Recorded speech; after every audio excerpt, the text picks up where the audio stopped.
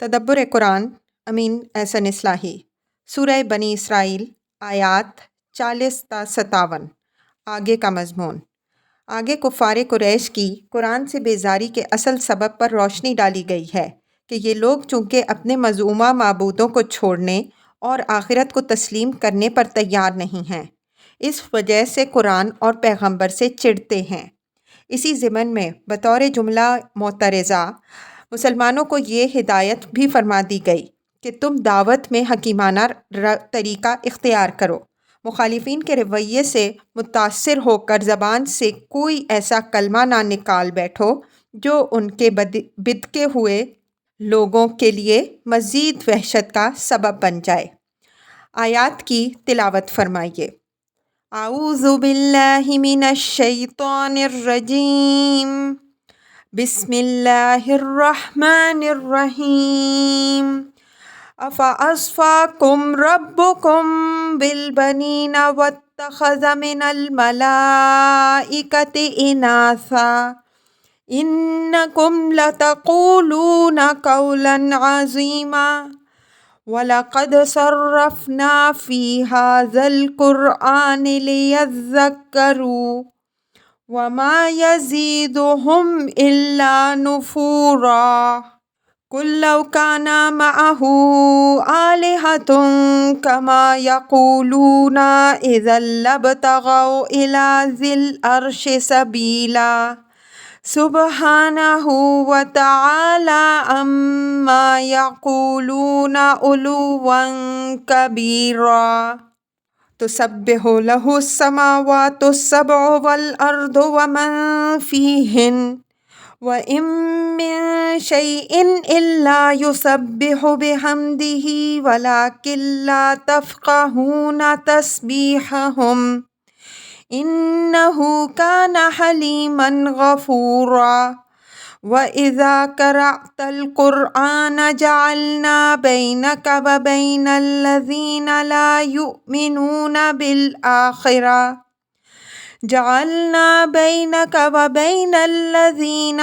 يُؤْمِنُونَ بِالْآخِرَةِ حِجَابًا مَّسْتُورًا وَجَعَلْنَا عَلَىٰ قُلُوبِهِمْ أَكِنَّةً أَن يَفْقَهُوهُ وَفِي آذَانِهِمْ وَقْرًا وَإِذَا ذَكَرْتَ رَبَّكَ فِي الْقُرْآنِ وَحْدَهُ وَلَّوْا عَلَىٰ أَدْبَارِهِمْ نُفُورًا نَحْنُ أَعْلَمُ بِمَا يَسْتَمِعُونَ بِهِ إِذْ يَسْتَمِعُونَ إِلَيْكَ وَإِذْ هُمْ نَجْوَىٰ إِذْ يَقُولُ الظَّالِمُونَ إِن تَتَّبِعُونَ إِلَّا رَجُلًا مَّسْحُورًا انظُرْ كَيْفَ ضَرَبُوا لَكَ الْأَمْثَالَ فَضَلُّوا فَلَا يَسْتَطِيعُونَ سَبِيلًا وَقَالُوا أَإِذَا كُنَّا عِظَامًا وَرُفَاتًا أَإِنَّا لَمَبْعُوثُونَ خَلْقًا جَدِيدًا قُلْ كُونُوا حِجَارَةً أَوْ حَدِيدًا أَوْ خَلْقًا مِّمَّا يَكْبُرُ فِي صُدُورِكُمْ فَسَيَقُولُونَ مَن يُعِيدُنَا قُلِ الَّذِي فَطَرَكُمْ أَوَّلَ مَرَّةٍ فَسَيُنْغِضُونَ إِلَيْكَ رُءُوسَهُمْ وَيَقُولُونَ مَتَىٰ هُوَ قُلْ عَسَىٰ أَن يَكُونَ قَرِيبًا يَوْمَ يَدْعُوكُمْ فَتَسْتَجِيبُونَ بِحَمْدِهِ وَتَظُنُّونَ إِن لَّبِثْتُمْ إِلَّا قَلِيلًا وَقُل لِّعِبَادِي يَقُولُوا الَّتِي هِيَ أَحْسَنُ إِنَّ الشَّيْطَانَ يَنزَغُ بَيْنَهُمْ إِنَّ الشَّيْطَانَ كَانَ لِلْإِنسَانِ عَدُوًّا مُّبِينًا رَبُّكُمْ أَعْلَمُ بِكُمْ إِن يَشَأْ يَرْحَمْكُمْ أَوْ إِن يَشَأْ يُعَذِّبْكُمْ وَمَا أَرْسَلْنَاكَ عَلَيْهِمْ وَكِيلًا وَرَبُّكَ أَعْلَمُ بِمَن فِي السَّمَاوَاتِ وَالْأَرْضِ وَلَقَدْ فَضَّلْنَا بَعْضَ النَّبِيِّينَ عَلَى بَعْضٍ وَآتَيْنَا دَاوُودَ زَبُورًا قُلِ ادْعُوا الَّذِينَ زَعَمْتُم مِّن دُونِهِ فَلَا يَمْلِكُونَ كَشْفَ الضُّرِّ عَنكُمْ وَلَا تَحْوِيلًا أُولَئِكَ الَّذِينَ يَدْعُونَ يَبْتَغُونَ إِلَى رَبِّهِمُ الْوَسِيلَةَ أَيُّهُمْ أَقْرَبُ وَيَرْجُونَ رَحْمَتَهُ وَيَخَافُونَ عَذَابَهُ إِنَّ عَذَابَ رَبِّكَ كَانَ مَحْذُورًا۔ ترجمہ: کیا تمہارے رب نے تمہارے لیے تو بیٹے مخصوص کیے اور اپنے لیے فرشتوں میں سے بیٹیاں بنا لیں؟ یہ تو تم بڑی ہی سنگین بات کہتے ہو، اور ہم نے اس قرآن کو گوں نہ گوں اسلوبوں میں بات واضح کر دی ہے کہ وہ یاد دہانی حاصل کریں، لیکن یہ چیز ان کی بیزاری ہی میں اضافہ کیے جاتی ہے۔ کہہ دو کہ اگر کچھ اور الہ بھی اس کے ساتھ شریک ہوتے جیسے کہ یہ دعویٰ کرتے ہیں تو وہ عرش والے پر ضرور چڑھائی کر دیتے۔ وہ پاک ہے اور بہت برتر ان باتوں سے جو یہ لوگ کہتے ہیں۔ ساتوں آسمان اور زمین اور جو ان میں ہیں سب اسی کی تسبیح کرتے ہیں، اور کوئی چیز بھی ایسی نہیں جو اس کی حمد کے ساتھ اس کی تسبیح نہ کرتی ہو، لیکن تم ان کی تسبیح نہیں سمجھتے۔ بے شک وہ بڑا ہی حلم والا اور بخشنے والا ہے۔ اور جب تم قرآن سناتے ہو تو ہم تمہارے اور ان لوگوں کے درمیان جو آخرت پر ایمان نہیں رکھتے ایک مخفی پردہ حائل کر دیتے ہیں، اور ان کے دلوں پر حجاب اور ان کے کانوں میں ثقل پیدا کر دیتے ہیں کہ نہ اس کو سمجھیں نہ سنیں۔ اور جب تم قرآن میں تنہا اپنے رب ہی کا ذکر کرتے ہو تو وہ نفرت کے ساتھ پیٹھ پھیر لیتے ہیں۔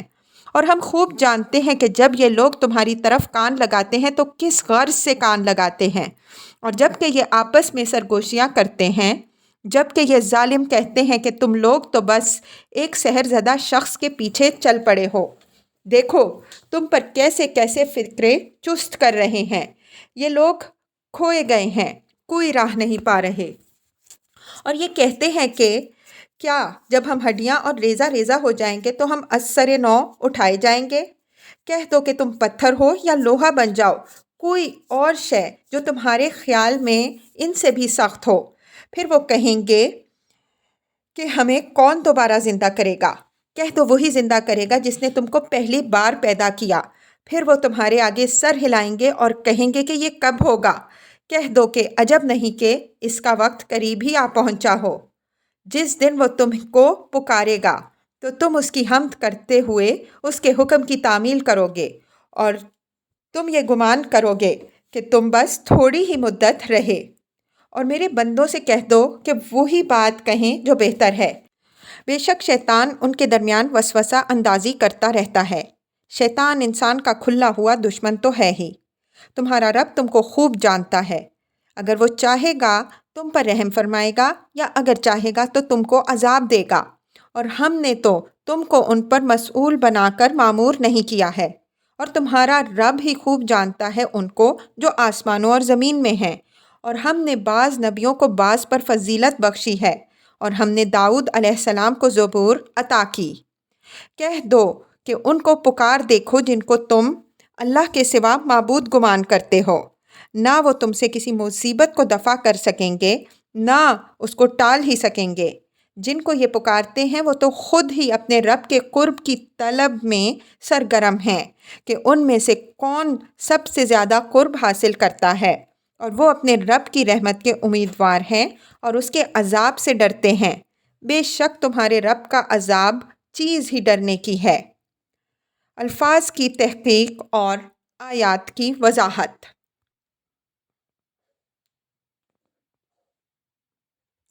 افاصفاکم ربکم بالبنین واتخذ من الملائکۃ اناثا انکم لتقولون قولا عظیما۔ اصفا کے معنی خاص اور خالص کر لینے کے ہیں۔ اوپر کے مجموعہ آیات کو شرک کی تردید پر ختم فرمایا تھا، اسی مضمون کو یہاں ایک نئے اسلوب سے پھر لے لیا۔ فرمایا کہ کیا تمہارے رب نے تمہیں تو بیٹوں کے لیے مخصوص کر لیا اور خود اپنے لیے فرشتوں ہی میں سے بیٹیاں بنا لیں؟ یہ واضح رہے کہ فرشتوں کو مشرکین عرب خدا کی بیٹیاں کہتے تھے اور اس وہم کے ساتھ ان کی پرستش کرتے تھے کہ یہ اپنے باپ سے ان کی سفارش کرتی ہیں۔ اللہ تعالیٰ نے یہاں ان کی اس دوہری حماقت پر توجہ دلائی ہے کہ اول تو کسی کو خدا کا شریک ٹھہرانا ہی حماقت ہے، پھر ستم بالائے ستم تم نے یہ کیا کیا ہے کہ خدا کے لیے بیٹیاں منتخب کی ہیں جن کو خود اپنے لیے سخت ناپسند کرتے ہو۔ اِنَّکُمْ لَتَقُولُونَ قَوْلًا عَظِیمًا، یعنی یہ تو تم بڑی ہی بھونڈی اور نہایت ہی سنگین بات کہتے ہو۔ یہ صرف حماقت ہی نہیں بلکہ حماقت در حماقت ہے کہ اپنے رب کے لیے اس چیز کا انتخاب کرتے ہو جس کو اپنے لیے گوارا نہیں کرتے، گویا خدا کو تم نے خود اپنے سے بھی گرا دیا۔ وَلَقَدْ صَرَّفْنَا فِي هَٰذَا الْقُرْآنِ لِيَذَّكَّرُوا وَمَا يَزِيدُهُمْ إِلَّا نُفُورًا۔ تصریف کے معنی گردش دینے کے ہیں۔ یہاں اس سے مراد کسی حقیقت کو مختلف اسلوبوں اور گوناگون طریقوں سے پیش کرنا ہے۔ مثلاً توحید ہی کا مضمون قرآن میں اتنے مختلف اسلوبوں اور طریقوں سے بیان ہوا ہے کہ غبی سے غبی آدمی بھی اگر ہٹ دھرم نہ ہو تو اس کو ذہن نشین کر سکتا ہے، لیکن جو لوگ ضدی اور جھگڑالو ہوتے ہیں، بات کو ماننا نہیں چاہتے، ان کی بیزاری اور نفرت اتنی ہی بڑھتی جاتی ہے جتنی کہ بات واضح ہوتی چلی جاتی ہے، اس لیے کہ اس کی وضاحت کو وہ اپنی شکست اور رسوائی سمجھتے ہیں۔ فرمایا کہ ہم نے اس قرآن میں توحید کی حقیقت اور شرک کی شناخت گوناگون پہلوؤں سے واضح کی کہ یہ لوگ یاد دہانی حاصل کریں، لیکن جتنی ہی ان کی دوا کی گئی اتنا ہی ان کا مرض بڑھتا چلا گیا۔ قُل لَوْ كَانَ مَعَهُ آلِهَةٌ كَمَا يَقُولُونَ إِذًا لَابْتَغَوْا إِلَىٰ ذِي الْعَرْشِ سَبِيلًا۔ مشرکین عرب دنیاوی بادشاہوں اور بادشاہتوں پر قیاس کر کے اللہ تعالیٰ کو تو صاحب تخت و تابع یعنی معبود اعظم مانتے تھے اور اس کے تحت بہت سے دوسرے دیوی دیوتاؤں کو بھی مانتے تھے جن کی نسبت ان کا گمان تھا کہ وہ خدائی میں شریک ہیں۔ اپنے پجاریوں کے لیے وہ صاحب عرش کے تقرب کا بھی ذریعہ بنتے ہیں اور ان کی خواہشیں اور ضرورتیں بھی اس سے پوری کرا دیتے ہیں۔ یہ ان کے اسی واہمہ کی تردید ہے۔ فرمایا کہ اگر خدا کے ساتھ اس کے کچھ شریک و سہیم بھی ہوتے جیسا کہ تم گمان کیے بیٹھے ہو تو وہ ایک نہ ایک دن ضرور صاحب عرش سے منازعت و مخاصمت کی راہ ڈھونڈ لیتے اور یہ آسمان و زمین کا سارا نظام درہم برہم ہو کے رہ جاتا۔ مطلب یہ ہے کہ جس زمین کے بادشاہوں اور بادشاہتوں پر قیاس کر کے تم نے یہ تخیل آراستہ کیا ہے اس میں تو دیکھتے ہو کہ آئے دن حکومتوں کے نقشے بگڑتے بنتے رہتے ہیں۔ اگر اسی طرح خدا کے بھی کچھ شریک و سہیم اور حریف ہوتے تو آخر وہ کیوں چپ کے بیٹھے رہتے؟ وہ کیوں نہ صاحب عرش بننے کے لیے زور لگاتے؟ لیکن یہاں تو دیکھتے ہو کہ نہ ایک دن کے لیے سورج اپنے محور سے کھسکتا اور نہ زمین اپنے مدار سے منحرف ہوتی ہے۔ اسی حقیقت کو دوسرے مقام میں یوں واضح فرمایا ہے، لَوْ كَانَ فِيهِمَا آلِهَةٌ إِلَّا اللَّهُ لَفَسَدَتَا۔ انبیاء 23۔ اگر آسمان و زمین میں اللہ کے سوا دوسرے معبود بھی ہوتے تو یہ درہم برہم ہو جاتے۔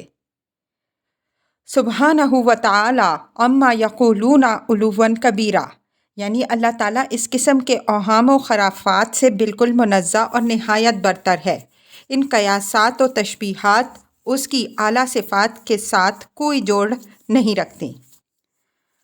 تسبح لہ السماوات السبع والارض ومن فیہن وإن من شیء الا یسبح بحمدہ ولکن لا تفقہون تسبیحہم انہ کان حلیما غفورا۔ تسبیح کی اصل روح تنزیہ ہے، یعنی اللہ تعالیٰ کو ان تمام نسبتوں اور صفتوں سے بری اور بالا تر قرار دینا جو اس کی اعلیٰ صفات اور شان کے منافی ہیں۔ اس کے ساتھ جب بحمدہ کی قید لگ جاتی ہے جس طرح یہاں یسبح بحمدہ ہے تو اس کے اندر تنزیہ کے ساتھ اس بات کا مفہوم بھی پیدا ہو جاتا ہے، یعنی اس کو تمام اعلیٰ صفات سے متصف قرار دینا۔ مطلب یہ ہے کہ ایک خاص دائرہ کے اندر خدا نے تم کو اختیار بخشا ہے اس سے غلط فائدہ اٹھا کر تم جو تہمتیں چاہو خدا پر جوڑ لو، لیکن ساتوں آسمان اور زمین، ان کے اندر جتنی مخلوقات ہیں، سب خدا کی تسبیح کرتی ہیں، لیکن تم ان کی تسبیح سمجھتے نہیں۔ انہ کانا حلیمن غفورا، یعنی تمہاری یہ حرکت تو ایسی ہے کہ تم پر آسمان ٹوٹ پڑتا، لیکن اللہ بڑا ہی حلیم اور غفور ہے، تمہاری ان حرکتوں کے باوجود وہ تمہیں مہلت دیے جا رہا ہے۔ وَإِذَا قَرَأْتَ الْقُرْآنَ جَعَلْنَا بَيْنَكَ وَبَيْنَ الَّذِينَ لَا يُؤْمِنُونَ بِالْآخِرَةِ حِجَابًا مَسْتُورًا۔ یہ اس تعجب کو دور فرمایا کہ قرآن جیسی واضح چیز جس میں ایک ایک بات گوناگوں اسلوبوں سے، جیسا کہ آیت 41 میں فرمایا، بیان ہوئی ہے، ان لوگوں کی سمجھ میں کیوں نہیں آ رہی، اور یہ اس سے اس درجہ وحشت زدہ کیوں ہیں؟ فرمایا کہ یہ لوگ نہ آخرت کو مانتے ہیں اور نہ آخرت کو ماننا چاہتے ہیں۔ یہ چیز ان کے دلوں پر ایک مخفی حجاب بن کر چھا گئی ہے، جس کا اثر یہ ہے کہ قرآن کے انوار ان کے دلوں پر منعکس نہیں پاتے۔ وَجَعَلْنَا عَلَىٰ قُلُوبِهِمْ أَكِنَّةً أَن يَفْقَهُوهُ وَفِي آذَانِهِمْ وَقْرًا وَإِذَا ذَكَرْتَ رَبَّكَ فِي الْقُرْآنِ وَحْدَهُ وَلَّوْا عَلَىٰ أَدْبَارِهِمْ نُفُورًا۔ اکنّا کنعان کی جمع ہے، جس کے معنی پردہ کے ہیں۔ ان یفقہوہ یعنی کراہتاً ان یفقہوہ، ان سے پہلے مضاف حذف ہو گیا ہے۔ وفی آذانہم وقرا کے بعد ان یسمعوہ حذف ہے، قرینہ اس پر دلیل ہے۔ یہ اوپر والے مضمون ہی کی مزید وضاحت ہے کہ ہم نے ان کے دلوں پر پردے ڈال دیے ہیں کہ وہ قرآن کو نہ سمجھیں، اور ان کے کانوں پر ثقل پڑ گئے ہیں کہ وہ اس کو نہ سنیں۔ اذا ذکرت ربک فی القرآن وحدہ ولوا علی ادبارہم نفورا، یہ ان کی قرآن سے وحشت کا دوسرا بڑا سبب ہے کہ چونکہ تم قرآن میں صرف اللہ واحد ہی کا ذکر سناتے ہو، ان کے مزعومہ معبودوں کو کوئی درجہ نہیں دیتے، اور یہ لوگ آخرت کی طرح توحید سے بھی بیزار ہیں۔ اس وجہ سے قرآن کو سنتے ہی وحشت زدہ ہو کر پیٹھ پیچھے بھاگتے ہیں۔ آیت میں دلوں پر پردہ اور کانوں میں ثقل پیدا کرنے سے اشارہ اس سنت الہی کی طرف ہے جس کا ذکر سورہ بقرہ میں ختم قلوب کے عنوان سے ہوا ہے۔ ہم سورہ بقرہ کی تفسیر میں پوری تفصیل کے ساتھ اس سنت الہی کے ہر پہلو کی وضاحت کر چکے ہیں۔ تفصیل کے طالب اس کو پڑھیں، یہاں اس کے اعادے میں طوالت ہوگی۔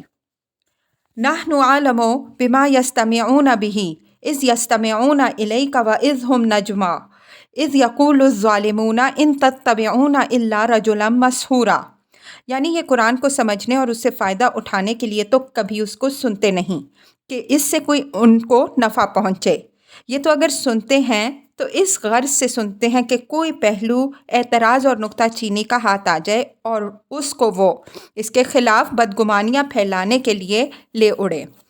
فرمایا کہ ہم ان کی اس نیت کو بھی خوب جانتے ہیں اور ان کی ان سرگوشیوں کو بھی خوب جانتے ہیں، جبکہ مسلمانوں کو قرآن سے برگشتہ کرنے کے لیے یہ کہتے ہیں کہ تم لوگ تو ایک بالکل خبتی اور سحر زدہ شخص کے پیچھے چل پڑے ہو۔ انظر کیف ضربوا لک الامثال فضلوا فلا یستطیعون سبیلا۔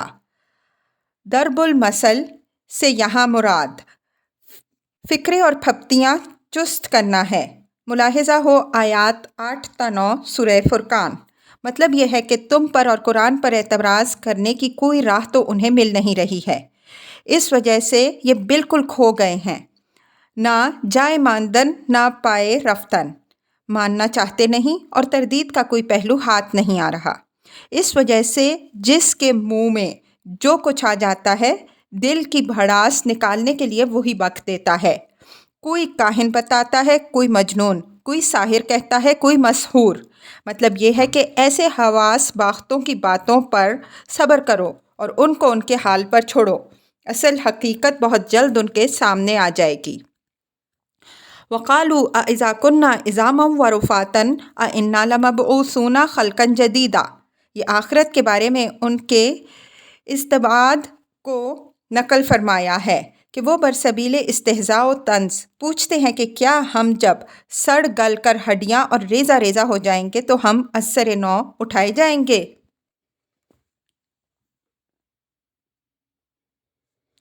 قل كونوا حجارة أو حديدا أو خلقا مما يكبر في صدوركم فسيقولون من يعيدنا قل الذي فطركم أول مرة فسينغضون إليك رؤوسهم ويقولون متاه قل عسى أن يكون قريبا يوم يدعوكم فتستجيبون بحمده وتظنون إن لبثتم إلا قليلا کل کونو حجارتن او حدیدہ او خلقا مما یکبرو فی صدورکم، فرمایا کہ ان کو جواب دے دو کہ ہڈیاں اور ریزے ریزے ہو جانا تو درکنار، اگر تم پتھر یا لوہا بھی بن جاؤ، ان سے بھی کوئی سخت تر چیز جو تمہارے خیال میں زندگی قبول کرنے کی صلاحیتوں سے بالکل خالی ہے، جب بھی تم از سر نو اٹھائے جاؤ گے۔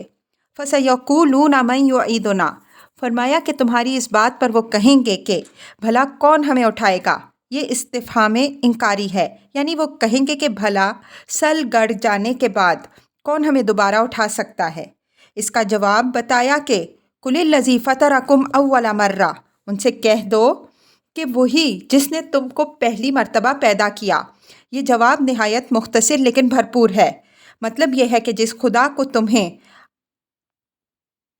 عدم محض سے پیدا کرنے میں کوئی زحمت پیش نہیں آئی، آخر تمہیں دوبارہ وجود میں لانے سے وہ کیوں عاجز ہو جائے گا۔ فَسَيُنْغِضُونَ إِلَيْكَ رُؤُوسَهُمْ وَيَقُولُونَ مَتَاهُ، انفعاد کے معنی ہے سر ہلانا۔ مطلب یہ ہے کہ تمہاری اس مسکت جواب کے بعد بھی یہ چپ رہنے والے نہیں، بلکہ اس کے بعد بانداز استہزاء وہ یہ سوال کریں گے کہ یہ کب ہوگا۔ اس کا جواب یہ بتانا کہ قُلْ عَسَىٰ أَن يَكُونَ قَرِيبًا، کہہ دیجیے کہ بہت ممکن ہے کہ اس کا وقت قریب ہی آ لگا ہو۔ اس جواب کے اندر یہ حقیقت مظہر ہے کہ جہاں تک قیامت کے وقت کا تعلق ہے، اس کا پتہ تو اللہ کے سوا کسی کو بھی نہیں ہے، یہاں تک کہ پیغمبر کو بھی اس کا علم نہیں ہے، لیکن جو چیز شدنی ہے وہ بہرحال شدنی ہے، وہ دیر سویر ہو کے رہے گی۔ اس کو محض اس بنیاد پر تو نظر انداز نہیں کیا جا سکتا کہ اس کا ٹھیک ٹھیک وقت ہمارے علم میں نہیں ہے۔ وقت تو اپنی موت کا بھی کسی کو معلوم نہیں، لیکن احمق ہی ہوگا جو اس بنا پر انکار کر بیٹھے کہ اس کو اس کا وقت معلوم نہیں۔ یوم یدعوکم فتستجیبون بحمدہ وتظنون ان لبثتم الا قلیلا، اب یہ ان کو براہ راست خطاب کر کے فرمایا کہ آج تو تم بہت اکڑتے ہو، لیکن اس دن کو یاد رکھو جس دن پکار ہوگی اور تم اس پکار پر اللہ کی حمد کرتے ہوئے دوڑو گے۔ اس دن سارے حجابات چاک ہو جائیں گے اور ایک ایک حقیقت آنکھوں کے سامنے نظر آئے گی، نیز یہ مدت جو تمہارے اور قیامت کے درمیان حائل ہے اور تمہیں بہت طویل نظر آ رہی ہے۔ اس دن ایسا محسوس کرو گے کہ ابھی سوئے تھے ابھی جاگ پڑے۔ مطلب یہ ہے کہ جو بس سمجھو کہ اس کی قیامت سر پر کھڑی ہے، اس لیے کہ برزخ میں جو زندگی گزرے گی اس کا کوئی احساس باقی نہیں رہے گا۔ وَقُلْ لِعِبَادِي يَقُولُوا الَّتِي هِيَ أَحْسَنُ إِنَّ الشَّيْطَانَ يَنزَغُ بَيْنَهُمْ إِنَّ الشَّيْطَانَ كَانَ لِلْإِنسَانِ عَدُوًّا مُّبِينًا۔ اوپر کی آیات سے یہ بات بالکل واضح ہے کہ اس دور میں مخالفین نے طنز و تعریض کے تمام ترکش سنبھال لیے تھے۔ جب جب کوئی موقع گفتگو کا نکلتا، مسلمانوں کی بھی تحقیر کرتے اور حضرت صلی اللہ علیہ وسلم کے ساتھ بھی گستاخی اور بدتمیزی سے پیش آتے۔ اوپر آیت 47 میں اس کی ایک مثال گزر چکی ہے۔ یہ صورتحال مقتضی ہوئی کہ اس باب میں مسلمانوں کو ضروری ہدایات دے دی جائے تاکہ وہ کفار کے رویے سے متاثر ہو کر کوئی ایسا قدم نہ اٹھا بیٹھیں جو دعوت کے مزاج کے منافی ہو۔ فرمایا کہ میرے بندوں مسلمانوں سے کہہ دو کہ وہی بات کہیں جو بہتر ہو، یعنی مخالفین کی بیہودہ باتوں کا جواب دینے کی کوشش نہ کریں، صرف صحیح اور سچی بات پہنچا دینے کی کوشش کریں، اور اس حقیقت کو یاد رکھیں کہ شیطان جو انسان کا کھلا ہوا دشمن ہے، ہر وقت اس گھات میں لگا ہوا ہے کہ کب کوئی موقع ہاتھ آئے اور وہ وسوسہ اندازی کر کے سارے کام کو خراب کر دے۔ بھی عینیہ یہی ہدایت اسی طرح کے مواقع کے لیے سورہ نحل میں ان الفاظ میں گزر چکی ہے۔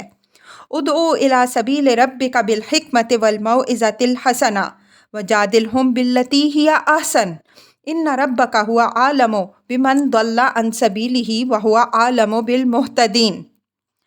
سورہ اعراف کی آیات 198 تا 201 میں بھی یہی مضمون بیان ہوا ہے۔ مزید وضاحت مطلوب ہو تو ان پر بھی ایک نظر ڈال لیجیے۔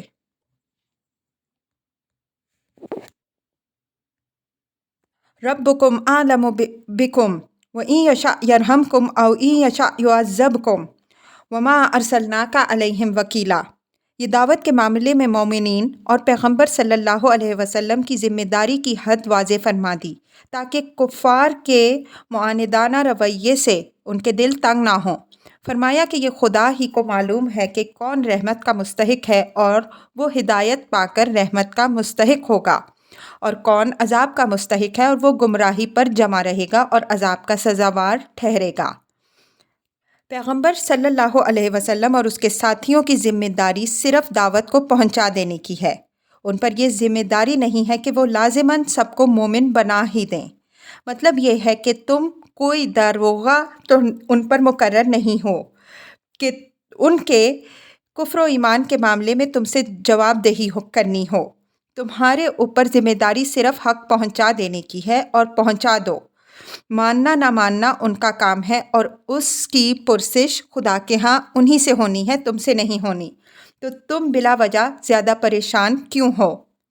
وَرَبُّكَ أَعْلَمُ بِمَنْ فِي السَّمَاوَاتِ وَالْأَرْضِ وَلَقَدْ فَضَّلْنَا بَعْضَ النَّبِيِّينَ عَلَى بَعْضٍ وَآتَيْنَا دَاوُودَ زَبُورًا۔ مباحثے کی گرما گرمی میں جو چیز سب سے زیادہ فتنے کا سبب بنتی ہے وہ اپنے اپنے مقتداؤں کی متعصبانہ ترجیح و تفصیل ہے۔ جو جس کو مانتا ہے ساری فضیلت بس اسی کے ساتھ باندھ کے رکھ دیتا ہے۔ کسی دوسرے کے لیے کسی فضیلت کے تسلیم کرنے میں وہ اپنی سبکی اور شکست محسوس کرتا ہے۔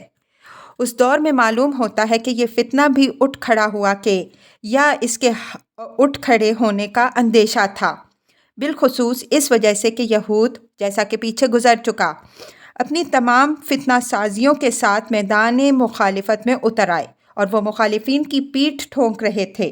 یہود کو، جیسا کہ بقرہ آیت 253 کے تحت گزر چکا ہے، اس فتنے سے خاص دلچسپی تھی۔ قرآن نے اس فتنہ کا سر کچلنے کے لیے مسلمانوں کو یہ تعلیم دی کہ زمین اور آسمان میں جو ہیں سب سے اللہ خوب واقف ہے۔ وہی جانتا ہے کہ کس کا درجہ کیا ہے اور کون کس مرتبہ پہ سرفراز ہے۔ اس چیز کو دوسرے لوگ نہیں جانتے۔ رہا یہ سوال کہ نبیوں میں سے کس کو کس پر فضیلت ہے، تو اللہ نے اپنے بعض انبیاء علیہم السلام کو بعض پر بعض اعتبارات سے فضیلت بخشی۔ مثلاً حضرت موسیٰ علیہ السلام سے اللہ تعالیٰ نے کلام فرمایا، حضرت عیسیٰ ابن مریم علیہ السلام کو بینات عطا فرمائیں اور روح القدس سے ان کی تائید کی، حضرت داؤد علیہ السلام کو زبور عطا فرمائی۔